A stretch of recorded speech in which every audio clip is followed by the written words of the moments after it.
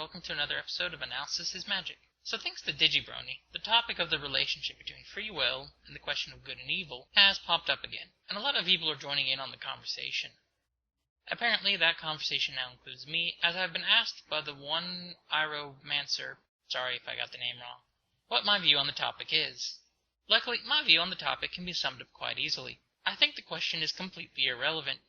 Well, that's it for this episode. If you have any questions or comments, please feel free to leave anything, and don't forget to subscribe.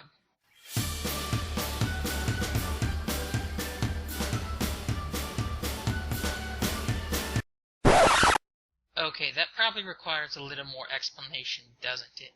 Well, recently I have begun reading Henry Sidgwick's The Methods of Ethics for my own exploration of utilitarian ethics. In Chapter 5 of Book 1, Sidgwick discusses the relationship between the free will question and ethics. He comes to the conclusion that the question has no practical relevance to discussing ethics. For the sake of time, I won't completely cover everything that he discusses, but I will be putting a link in the description to where you can read it in full. So let's begin. First off, what exactly is the free will question? Sidgwick puts the question like this.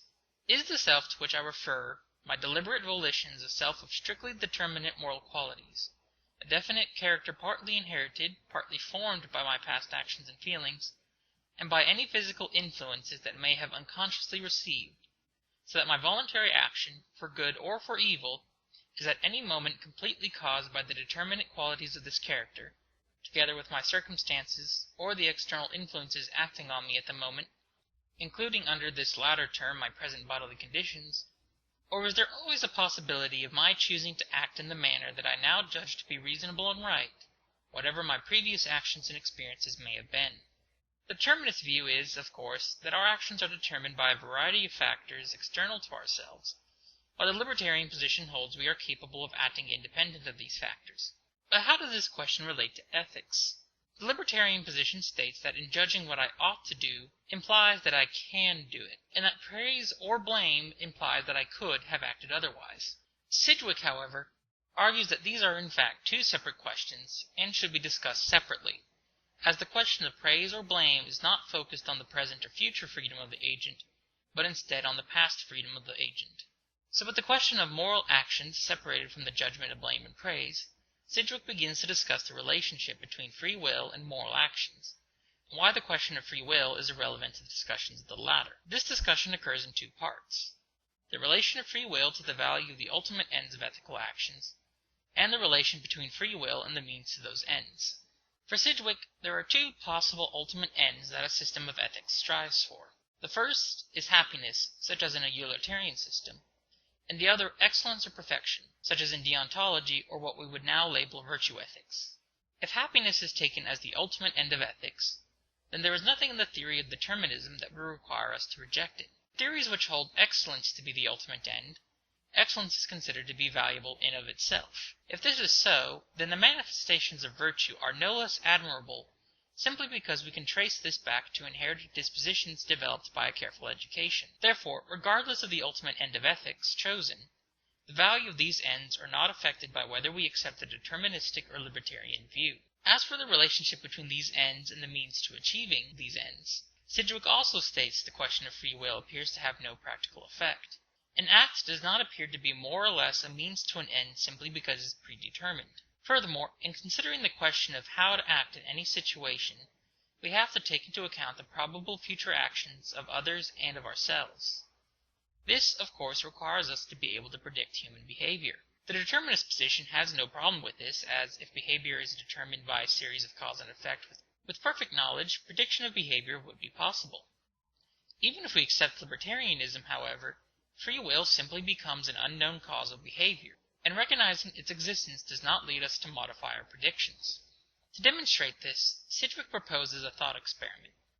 Imagine that all the planets were endowed with free will, and that they maintained their periodic motions simply by free choice. While our confidence in the future may be reasonably impaired, the details of our astronomical calculations would not be affected. In short, in order to reason about the future actions of ourselves or others, we must consider them to be determined. If they are not completely determined, our reasoning is simply liable to error, but we have no other option. While on the other hand, in attempting to ascertain what choice is the reasonable one to make, Deterministic concepts are irrelevant as they have no effect on whether or not an act is a means to an ulterior end. Therefore, there is no practical importance to answering the question of free will.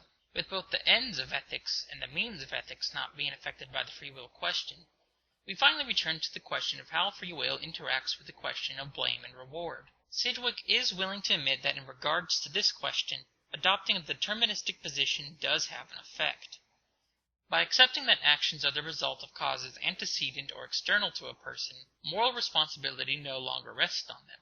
Punishment, then, is required to be seen as a tool for the encouragement of good and the prevention of bad, through a combination of deterrence and reformatory practices instead of a punitive system. I will admit, however, his dismissing of the free will problem on this topic is due to arguing that such a view of punishment is the morally superior viewpoint, regardless of acceptance of determinism or not. Arguments which I haven't gotten to yet. So in this sense, I guess I could care about the free will question, as one could disagree with his arguments and therefore not consider the issue closed, but I still don't. As one doesn't have to be a determinist in order to argue this viewpoint, I feel there is plenty to discuss in regards to this question without necessarily bringing in the free will question on top of it and complicating matters even more. That, and even if I have yet to get to his arguments, I already agree with this viewpoint anyway, so yeah. It may be an interesting topic to discuss whether or not justice in equestria is either deterrent reformation-based or punitive-based. But we're already starting to get rather long here. I think this is enough to go on as it is. In summation, I'm willing to simply sidestep the question of free will, as I don't think it has any real importance in discussing ethics. If the ultimate ends still remain valuable regardless of the answer, and the discussion of the means is not affected by the answer, then for discussing ethics, which is my main interest, I have no reason to be concerned by it. Only in regards to punishment may it be relevant. But again, I'm willing to put it aside since it's fully possible to discuss the situation without necessarily bringing in free will arguments and making things even more complicated. So with that then, this has been another episode of Analysis is Magic, and if you have any questions or comments for real this time, please feel free to say something, and don't forget to subscribe.